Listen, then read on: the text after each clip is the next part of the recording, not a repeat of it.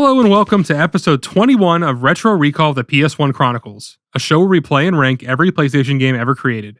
My name is Jimmy, and as always, I'm here with Mike. Hello. So a little while ago, we talked about our feelings towards hard games. Yes. And I didn't think this would be a week where we had to revisit this, but turns out it is. And it's very weird too, because as I was playing this game, that exact conversation went on in my head that we had.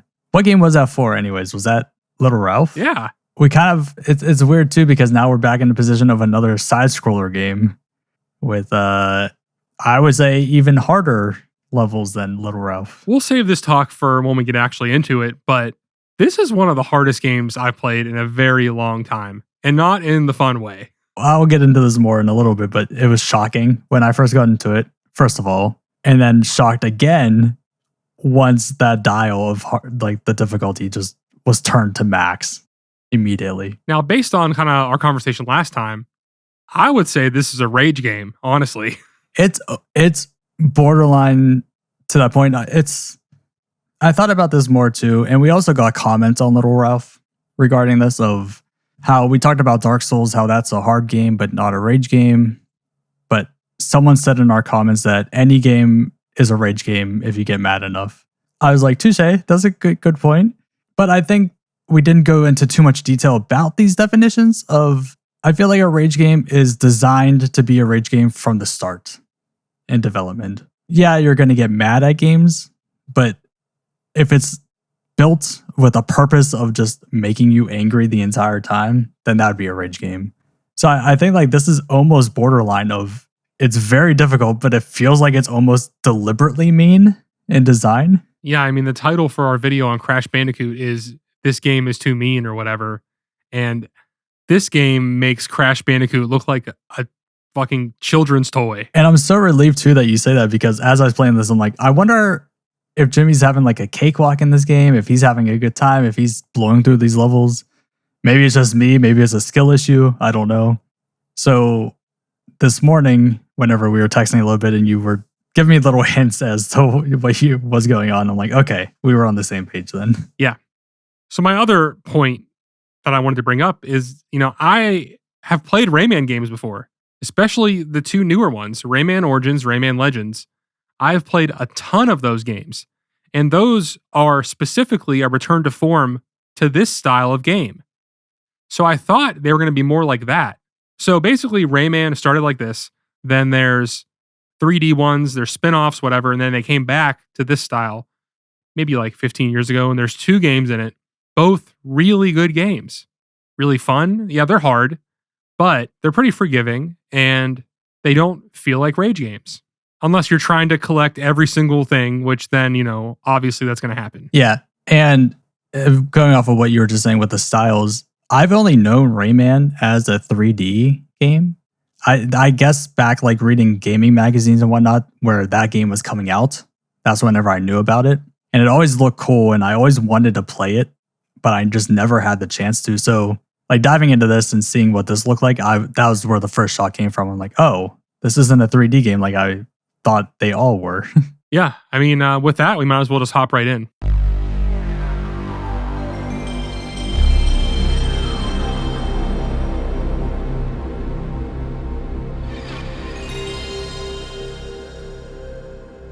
So Rayman is a platformer that was released on September 7th, 1995, and it was developed and published by Ubisoft. 2D platformer, leans more exploration-based, I would say. You're meant to explore the levels and find collectibles, figure out the different paths through the level, because there's always multiple ways you can go and things like that. But yeah, as we alluded to, this game is hard as fuck. Yeah, and the levels are purposely designed too that you can't do everything in one go a lot of the time. I do like that. I mean, I don't mind going back to an earlier level with a new power-up. Oh, no. I mean, it's like a Metroidvania idea, you know what I mean? Everything flows nicely within this game, but just to start off, what was your thoughts on like the opening cinematics? It's a little weird, but it's very much like a kid's cartoon vibe. So like that makes the difficulty even more puzzling because everything about this is geared towards children. It was odd because it's like all so bright and cartoonish. Like it literally looks like something that could be on TV when you were a kid. But I I love the animations, and I felt like they did a very good job explaining the whole startup to the story right away. I can't think of too many games that have done that where like that we've done so far, where it's like, here's the story in the beginning and just catching you up to what's going on. Yeah, I mean, the story gives you all it needs to. It's not really, there's not much to it, but it does set up this world, which is cool. Yeah. And like the colors and the way things look, it feels so familiar, but I couldn't put my finger on what it looked like or what it reminded me of. It kind of reminds me of just like a better looking Sonic. And that could be what I was thinking too. I mean, I'll even say like these graphics are amazing. Like they are so detailed. There's so many layers to it. All the animations, like you said, everything. It looks great. And that's part of like what gives the game its charm and like all the weird little things everywhere and just all the detail in general. It just really brings it together. You know what I mean? Yeah. And I mean, on top of the graphics and stuff, the music equally as good, I think. I definitely agree with you. It's really catchy. It's going to be a struggle deciding which one's going to be in the beginning of the episode. I feel like this is the first game where I'm like, I could see myself listening to this whole OST like through the whole thing. I'll say it. I think Diver's Dream had a better soundtrack still. Well, yeah, I do agree with you. I'm still thinking about that one. Honestly, I wanted to bring this up too. Like, ever since we did Tony Hawk, those songs have still been burnt into my brain again. So like, I'll just be around and like all these songs are playing on repeat. I'm like, stop. We're done with this game. I need to take a break from those songs for a while. They're burned into my brain for sure. Yeah.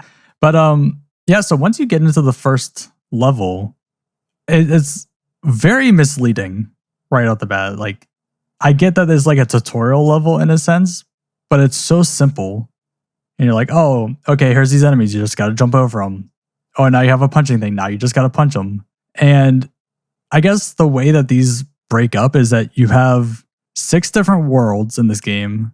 Each world has X amount of levels, like I think 3 to 5.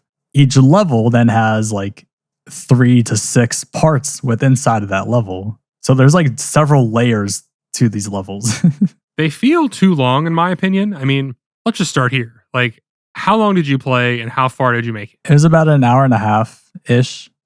And I only made it to the music level. I played almost 2 hours and I made it to the music level. And then, you know, you can go the other path. There's that other level where you are climbing up. Yep.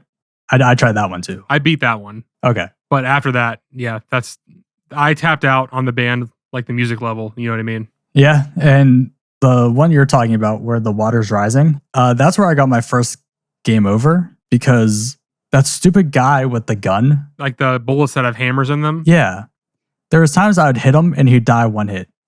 And then other times I hit him like 5 times and he still didn't go down. And I couldn't figure out what I was doing wrong. The same thing happened to me, by the way. And I'm wondering if like when I watch our footage back, maybe I'm going to see what we did differently each time. Why it happened on one hit the one time and not the others. But that's where I kept dying because I'm like, well, the water's rising. I'm trying to get this guy dead. And it just kept killing me. And I just could not get past it. I want to say it might have something to do with like hitboxes or something. Because like he has the weird animations and it's like sometimes you hit him and it doesn't seem like you're doing any damage. Yeah, it's like, are you hitting his gun and not him? And then that's what's counting as the hits? That's what I was thinking. Something like that. I mean, that can go for a lot of enemies in this game. Like the one enemy in the music level that moves with you and ducks when you're trying to hit them, like the little bug. Oh, I know exactly the part you're talking about. Yeah. And that's a big plus on this game where the AI enemies are kind of intelligent in a sense. Like you have those other enemies that when you go to punch them, they'll duck because they know a punch is coming. I don't know if I would say intelligent. I would say they're reading your inputs. Well, that's what I mean, yes. But it seems like the enemies are thinking on their own in a sense. I wouldn't call it that, but you can call it that if you want. In a more simplified version of it, that's what I'm trying to get at. Yeah. I just mean like, it's not like they have an AI. They're literally just like reading that you're punching and ducking. And like, it gets very annoying sometimes. It does. Not sometimes, like every time. But like we said, like in the beginning, it's like a tutorial thing and you're just jumping around. You just have to avoid enemies. And instantly I noticed that the enemies respawn simultaneously. Like you'll kill them and then they're already back. And if they're not back, the second you walk out of where they would spawn, they're back. Yeah. It's the weirdest thing. Like with other games we've played, it's when you leave the room and you come back, that's when enemies come back. This one is just, no, we don't care. Even if you're standing there, it's going to respawn. I just don't even know where to begin with this game, dude. I'm just trying to think of all the things I want to say. And like, I looked at footage from later in the game and we would have just never survived. I did the same thing. Like, it is just brutal. Yeah. I mean, that's why, like, if we just start from the beginning of our experiences and then work our way to the ending point. Okay. I'll say this. At first, I saw, so you only have 5 continues and you have 3 lives per continue. You can find lives around sometimes, but you can't rely on that. At first, I was like, okay, here's what I'm going to do. Every time I lose a certain amount of lives, I'm just going to restart the level so I don't hit a continue. But then I realized you can't exit out of the level. Yep. Once you're in it. Mm-hmm. So the first time I was playing it, so this is Tuesday, I was just completely resetting the console each time. Because I'm like, we agreed no more save states. So I'm like, okay, I'm just going to suffer like I would if I was playing this on an original PlayStation. And I did that for a while. And then, I got to where we pretty much both stopped and I had all my continues. And I kind of reached a point where I'm like, you know what? This isn't fun either. So I'm just going to play through it. And then I got a game over. Yeah. That was a big gripe I had with this too. Where like even in the main menus when you're starting to get into the game, it keeps saying, oh, do you want, like you can hit this button to go back. You can go back to the main title screen where it says push start to continue. Like they give you that option to go back to a point where you don't need to go back because there's nothing more you can click on. But yeah, when you're in the game, you can't go back up to the main world if you wanted to. It's the weirdest thing. I don't understand what's with all these games. And this has been a reoccurring theme here where like you just can't exit out of the level or you can't go back or look at the options or do anything once you're in the game. And I don't understand why all these games did that. It's not like it takes a lot of effort to just have the options accessible. You know what I mean? Yeah, it's almost like you chose to go into this level, so now you're stuck with your choice of going into this level. Yeah, you're in here now. Figure it out. I guess it doesn't affect anything because if you wanted to exit out and save, you're technically not saving much because it's not going to save your progress within that level. So I don't know. I agree. That was a very annoying feature of the game. So yeah, I mean, I did that. And then like today, I'm like, you know what? I'll just play until I hit a game over. And I went back and did the band level again, got farther in it, and then hit another point where I just was like, you know what? That's enough. I'm kind of curious on this. Like, what was the point where it made you give up in that level? So did you get to when it becomes nighttime and it's dark? Yeah. A little bit into that part, there's this time where you're jumping across these little spiked areas and there's little bomb guys on the pillars. With the lightning bolts shooting at you at the same time? Yeah. Yep. Well, I got past the first set of those and I'm like, okay. And it's right after you walk through the little tunnel of all the lightning bolts coming at you. Right. So yeah, right there. And like, I looked it up after this and you're supposed to wait until the bombs jump and then you can hit them and they die and then you can jump safely. But they never jumped for me. So I just kept trying to figure out a way to make it work and I just couldn't. And I'm like, I don't care enough about this anymore. I don't want to play this. Another point where I almost tapped out in that level, by the way, is, and I'm pretty sure this is that level where you're riding on something and you're like weirdly steering it. Yeah, I have that in my notes too. So I had it written down that this game, like, it challenges your ability to multitask. With that part you were just talking about, you have to trigger the guy to jump, hit him while dodging lightning bolts coming at you. So you're dodging while punching, while jumping, while dodging, diving again. It was like, what are you like? There were so many times I was moving out of the way of a lightning bolt and it was almost like it was homing at me, but it wasn't. Like I was so confused on what was happening. And then exactly like what you were saying, there was a time of you're on a maraca, I think it was what it was supposed to be, and flying. And it has the same problem as Little Ralph where it allows you to walk off of the maraca, but you need to stay on it in order to progress through the level. But the difference is in Little Ralph, you're not steering left and right. Exactly. So if you were just constantly moving in this and you couldn't fall off and all you were doing was steering, that would be fine. Yep. But it's just, I played that part so many times. It's just insanely frustrating, dude. Mm-hmm. And it's like, you're trying to do that, and then they have those spiky things. And another big thing with this game is like, so much is designed around one misstep or one hit is death for you. It doesn't matter how many hits you have.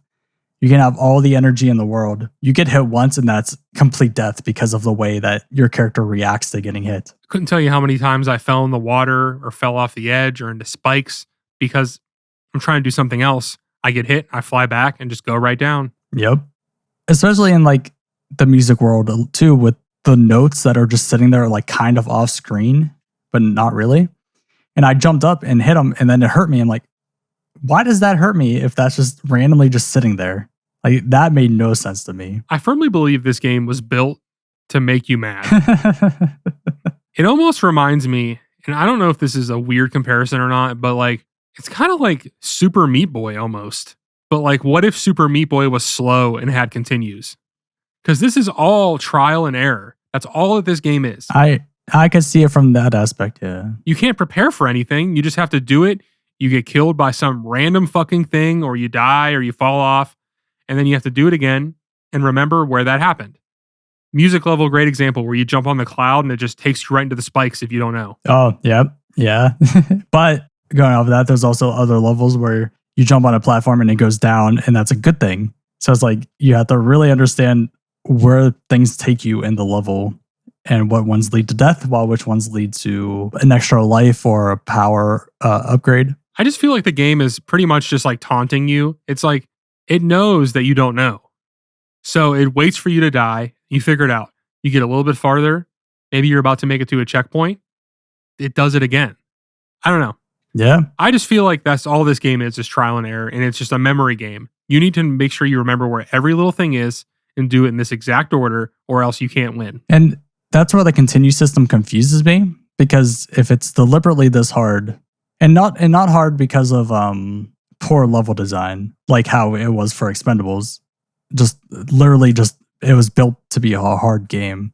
I don't understand the continue system, because if it is all about memorizing it, why give you a way to fail and then you got to go back into the level and do it again? I feel like if you're continually like, yeah, sure, you keep dying and whatnot, but you just keep reloading from the last checkpoint, kind of like a Little Ralph. They never send you back to the beginning because you failed too many times. I truly feel like the only way you should play this game is with either save states, or they have a code in the game that gives you, like, I think 99 lives or something. This game is just not built to be played the way that they want you to play it. And without either doing one of those things I said or just resetting it every time, I don't see a way any person on their first try could make it through this game ever. Oh no, not at all. And it kind of feels like a way that because there's only 6 worlds, that it was kind of like a padding thing. So it's like, oh, if we make it difficult, then it's going to be hard to get through all 6 worlds, you know? That makes sense. And like, I almost feel like what's the point of even saving your game even? Because you don't get any lives, you don't get anything back at all. So like, for example, towards the end of my first time playing through it, I saved after I beat a level and I had almost no continues or lives left. So I'm like, might as well just go kill myself and start the whole game over. You know what I mean? Yeah. And that's just if you do the exploring and you find extra lives, then that's helpful. But that's also leading to death trying to find these hidden lives at the same time. Yeah. I mean, I have this written down. It's like the game wants you to explore and find all of its secrets, but it actively discourages you from exploring through difficulty. A big thing too with the parts is when you first get into the part, like into a level, you finally beat that first area, but then it just cycles you to the next part of that level. It's like, oh, what's happening here? There's so many times where it just feels like it's never going to end. Like you keep getting to the end and you keep having to do the next part, and like, when am I done with this? So there's several times where I was just rushing to get to that end because I just wanted to get to the main world. So there's so much I was skipping over because of the fear of dying. I just think these levels were too long for how hard this game is. I mean, I just can't even comprehend some of the decisions they made in this game, dude. Like, I don't know, different time, but playing it now, I just got so angry. Like, I had to actively stop myself from rage quitting so many times. And it's funny too, because you sent me a text early on in the week. You said I could only play for an hour and I had to take a step back and quit for the day. And whenever I was playing it, unintentionally, after an hour, I had to shut it off and walk away because I'm like, I'm too angry right now. Even today, I texted you. I was like, I'm going to play till I get a game over. And then a half an hour later, I said, nope, no, I'm not. But I mean, you got to give them props that I could easily see this game having a timer in it, and they didn't put one in. Sure. It could have been worse. Yeah. It could have been worse. So the fact of like a game where I can envision a timer being in there and they're like, nah, we're not going to do that. You got to give them a little bit of props there. Like, good job, I guess. Yeah. I mean, even they knew that would have been too far. Yeah. Some positives, though. While they all may not land, there is so many different gameplay types throughout these levels. Mhm. There's so many variations. Like, they do introduce new things in every level. They're all very different from each other, at least the ones I've played. And I would imagine it stays like that the whole game because a lot of the footage I saw, there's a lot of interesting looking worlds. And just like there's the one level where, you're building little trees to climb up. There's, a side scrolling shooter part. I don't know if you got to that. Maybe what level was that? Did you fight the mosquito boss? Yeah. Right after that when you're riding him? Yeah. And, there's like a chase sequence. On my first time through, I made it to the second boss where you fight the mosquito again. Oh, okay. I never made it to the second mosquito. It has double the health and it's way harder, but it's not unfair, which is crazy because the regular gameplay is unfair. Yeah. It's mostly just like, learning the patterns and figuring it out. Pretty much. And that's where I gave up was I made it to the boss in the music level. And it took pretty much every life and every continue I had to make it to the boss. So by the time I got there, I didn't have enough energy or lives or continues left to even figure out how to beat the boss. And it's just this giant guy with, I think, like trumpets on his hands, and he's like hitting the trumpets on the ground. But you have these clouds that you can jump up and be above him. So I'm like, okay, this has to be something, but I couldn't figure it out because I just got hit, died. That was my game over, and I was done because I knew there was no way I was going to be able to make it back to the boss again. Yeah, no, you got to tap out sometimes. That's the only way. Yeah. But yeah, I get it. And that's where the comparison to Little Ralph comes from of each level is very unique in its own way. You have like the jungles, and you have the way I compared it is like the Line Rider level, where it's like those icy paths that you can walk on. Yeah, I know what you mean. Yeah. And so you have like stuff like that. You have, I don't know. Everything is so unique. And like you said, I looked through YouTube and it just seems like it keeps getting more unique and they never repeat a style in each level. But the real question is are you ever going to see those levels? Like, are you ever going to make it that far? You know what I mean? Eventually, I think. Like, if we were playing this for a long time, I think we would see it. But I just don't have the patience to play a game like this. A game that's hard in this way. Because obviously, I'm a fan of hard games. I loved Little Ralph, gave it one of my highest scores on the show. And I just had to really, really push myself to keep playing because I just wanted to stop so early on. Yeah, I don't know. There's a lot of design choices that are confusing. I don't think you made it to this port in the music world. But there's like, I want to call them bells. I don't know what they really are, but they're spinning. Like the brown bells that are spinning. No, I didn't see those. Okay, so you pretty much jump on one, and it's spinning clockwise. So you got to jump counterclockwise to stay on top of them.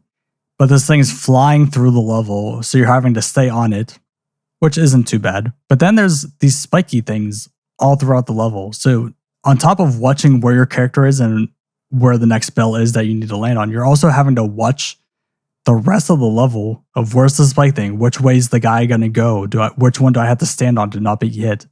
And that's where like I was almost on the verge of being done with it because I'm like, I'm wasting so many lives just trying to understand the pattern of this level alone. It's frustrating. I know, I'm like just struggling to think of anything positive to say. And like the controls are fine, right? They feel like nice. The controls are fine. My one complaint is I feel like he sometimes moves too slow, but reading the manual, there is a running power up that you have. So it's nice to know that at some point you can run. Yeah, and we also didn't make it far enough to get the whole propeller head thing where you can like glide in the air for a little bit. I was looking forward to that. Like I really thought maybe after the mosquito fight is when you got the propeller head. Like, oh, a flying boss, now you get to fly. It makes sense, but that's not the case. Yeah, I mean, that's the most iconic thing about Rayman, in my opinion. Yeah. And they really make you work for it, too. Yeah, I mean, the controls are fine. What else? What else do I got? Graphics are good. The combat honestly isn't too bad. Like the way that you throw your hand out so your hand can hit them on the way back is clever. That's true. And you can charge it up and everything. And it really makes you think about the way you do things because you can only shoot straight ahead and you can't shoot it while you're like ducked. So you really have to plan some of those enemies because they can just destroy you. Yeah, the ducking hit thing is weird. Because I think you can, while you jump, you can throw your hand. It's weird that you can't do it when you're ducking. It just seems like an obvious thing that you should be allowed to do. It seems like they intentionally didn't let you do that because it would make a lot of parts way easier. Kinda, but even on that part you were talking about with the nighttime and dark, you're still trying to dodge lightning bolts at the same time. So I feel like it would still be difficult in its own sense. I just mean like there's so many enemies that are like small. So if you were able to just duck and like hit them with your fist, it would make it not a problem at all. And instead you have to like weirdly get them or you just have to jump around them. And that usually leads to you getting hit. Yeah. Sound design is very good. I liked it a lot. That level I was just talking about with the lightning bolts at nighttime, it's, I think, one of the only times that we've seen where there is no music. It's just rainfall and lightning. So it's like a very cool thing where you have this music all the time and then you get to this level, nothing except for rainfall. It's very creepy and you can tell a boss is coming. Yeah. It's a very nice touch where they could have easily put like a scary music or like dark music and they're like, oh, let's just keep it quiet because the atmosphere is enough. Yeah. And I mean, on the topic of atmosphere, I just think this game is just so charming and like almost cozy. You know what I mean? Cozy as they're beating you. I'm just talking about if you're looking at it, listening to it, like, you know, that stuff is very like warm and welcoming. And then the game just pummels you into the fucking ground. And a good way I thought about it too was when you're in that first level, it's like, okay, this is doable. I can see where it might get tough. But then when you get to the next one, it's almost like the people were like, oh, we forgot to turn on the difficulty. And they just flip the switch for the difficulty. Like that's what it feels like. We talk about with Diver's Dream how when you first go into that boat, it's so jarring because of that Silent Hill-esque level. That's what this is like they get you so comfortable. And when you go into the second level, it's like, all right, you got your training, now go. That's what's so strange. It's so clearly geared towards children. I just don't understand why they did this. I really don't. If I got this as a kid, I'd be breaking controllers as a kid, probably. I could see that. I really could. Though the checkpoint system, that's very unique. I loved that. And I loved the weird yell at the end of like each part of the level. Yeah. It was a little like jarring. Like it didn't feel like his voice fits into the world. Oh, it doesn't fit at all, but it's just so weird. And there's that weird thing too of if you push circle, he puts out his tongue. I didn't realize that till like closer to the end, but you can scare away enemies with that too. Oh, is that what that's for? Yeah. Oh, I was just like, here's this weird, goofy thing that they let him do. I could not figure out why they let you do that. Yeah, I mean, it serves some purpose. I mean, it's not really that important, but like, it's cool that you could do that. It gives him a lot of character. And I think they just really put a lot of time into this world and to Rayman himself. And that really does bring this game up from what it could be. If this was just some generic looking game and it was this hard, we wouldn't even probably be playing it right now. There's a lot of heart put into this. And even reading a little bit of backstory to it, you can tell that they really cared about this game. I think there's only 2 people who worked on it from what I read. I could be wrong on that. I looked a little bit. I'm pretty sure it's like it started off small and then it kind of got bigger as it went on. But okay. It's still mostly from the minds of a few people, which is cool. Mm-hmm. Another big thing we didn't really talk about was those blue spheres you got to collect. Yeah, I mean, they're basically like rings or like the Wampa Fruit and Crash. But where it gets really annoying is that when you die, you lose them all. Yep, just like Crash. Like what the boxes. Yeah, but in Crash, you keep your Wampa Fruit. Yeah. I just mean like related to the boxes. Like if you die, the boxes regenerate. This, you can be up to like 60 of those spheres. You die and you're back to 0. In that level. Yeah, and that's one of the few ways you can get extra lives too. Yeah. Standard game mechanic of when you get 100 of them, you get an extra life. But also, I was looking, I don't know if you saw this, that there's magicians in some of the levels. And you can use your spheres to actually pay them off and go into a bonus level. I was watching a YouTube video and I saw where one is in one of the levels I played, but I never did it myself. Oh, okay. That must have been later in that water rising world. I'm pretty sure it's in one of the early levels. It's like a a little bottom path you can go through the water and find him. I would have to go back.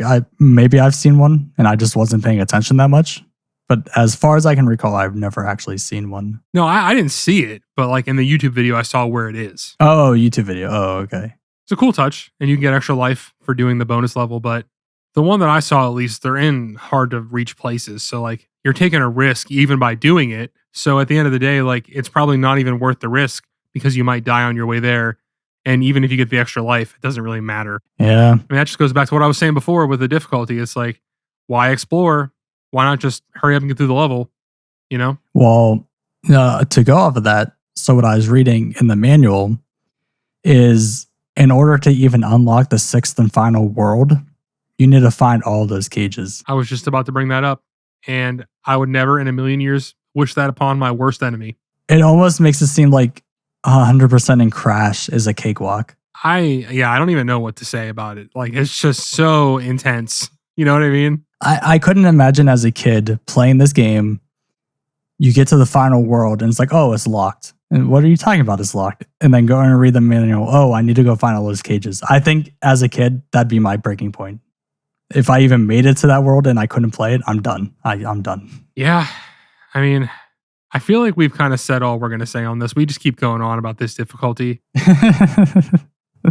That's really all this game is to me. It's really cool and cute and looks great. And I love the character and I love the other games, but this game is just way too hard and I just don't want to play it. That's all it comes down to. You know what I mean? I think a big thing too is if there was no continue system, would you want to keep playing? Yes. That's where I was too. That's the biggest setback, I think, within this game. Honestly, you're right. And like, if I could just keep trying over and over again, the trial and error style gameplay wouldn't matter because it would be even more fun that way because what wacky thing are they going to throw at me next? There's no risk. But knowing that I could lose all of my progress, why would I even want to do that? Yeah. I really don't have much more to say. Like, even that hour that I put in, and I don't know if you feel the same way, that it felt like 4 hours to me. It felt like even longer. Today I played for like a half an hour. It felt like hours. I don't know what it is. It's just the punishing difficulty and just like having to really examine every part of the level. It just feels like time is just going. Mm-hmm. Like last night as I was going in and I'm like, all right, I'm going to take a little break and come back to it. And then I looked at my capture and I both looked at the time. I'm like, wait, how has it only been an hour? There's no way that was only just an hour of me playing this. But yeah, I mean, we could talk about another 3 hours on how much we hate how difficult this game is. Yeah, I mean, that's just the main thing with this. So let's just go ahead and get into some reviews, I guess. It's so strange because I don't know. It's not that I like hate it as a whole, but I hate playing it. You know what I mean? No, I get that entirely. And I think it'll be more relevant or we'll be shed more to light on that in our reviews of it or when we start ranking it because I have some things to say about that. Yeah, that'll be interesting. But yeah, let's go ahead and get into some reviews. I tried a little something different this time because this game got insanely high reviews at the time of release, like mostly 7 to 10. And then when it started to get re-released later, we saw lots of low reviews because people are seeing this game as too hard. It's ridiculous. So I pulled one review from the time and one review from 2007 when it was re-released on the PlayStation Network. There were many more higher reviews and many more lower reviews, but I picked these ones because they're specifically about the PlayStation version, because this game was released on pretty much everything it could be back then and now. You can play this on anything. So a lot of the reviews were for like, there was DS ones that were really bad, Sega Saturn, it was on the Atari Jaguar, it was on everything. So like, these ones are just about the PlayStation version, but yeah, I figured you were going to go with just the PlayStation ones whenever you did this. But I do like the fact of when it first came out and when it came out today. So IGN at the time gave it a 7 out of 10. And this was at the lower end of the scale, like I was saying. And they said, it is surprisingly enjoyable. You have to climb through maze-like environments, navigate hazardous skies, and swing from perilous, suspended hooks. Sure, it's just like every other platformer, but Rayman is done surprisingly well. Well enough, in fact, to warrant your precious gaming time. Yeah, that's a description of the game, all right. I feel like it is surprisingly enjoyable in a sense. Like you said, the theme of it, the look of it, is all very nice. It's a complicated feeling to describe. It really is. So then we're going to go to 2007, where Game Informer had this to say about the PlayStation version, and they gave it a 6.75 out of 10, which in reality is not that much lower, but, different scales, different, companies and everything. Produced in 1995, Rayman and games like it were the height of the platforming challenge. In more recent years, the genre has steered away from bottomless insta-death kill pits for good reason. They're not that much fun when placed in abundance. Sadly, Rayman didn't get that memo before it was released. Yeah, and it really does seem like that's a product of the time. And that's where I said, sometimes one hit could lead to insta-death, especially on that bell spinning level that I told you about. You hit a spike and now you fall into the void and die. So, there's endless examples of that throughout everything we've played, let alone the whole rest of the game. It is always a confusing thing. Back in the time, maybe they had their reasoning, but the fact of we know that this is going to kill you in one hit regardless, it's a weird design choice in the game. But then you look at Mario, you look at Sonic, even Crash, came out around the same time as this. Those games do have difficult parts, but they're designed well. Even Crash is more well designed than this. So it's not like at the time they were all so hard. This was just an outlier, I think. Yeah, but even with your examples, I think with Mario, sure, there's difficult parts, but you see the challenge ahead of you. There's always, what's ahead of you and what's above and what's below. Above, for the most part. Sometimes you can't see everything above you directly, but you can see all the pits. But with this, you can look up and you can see what's above you, but you never know what's below you, ever.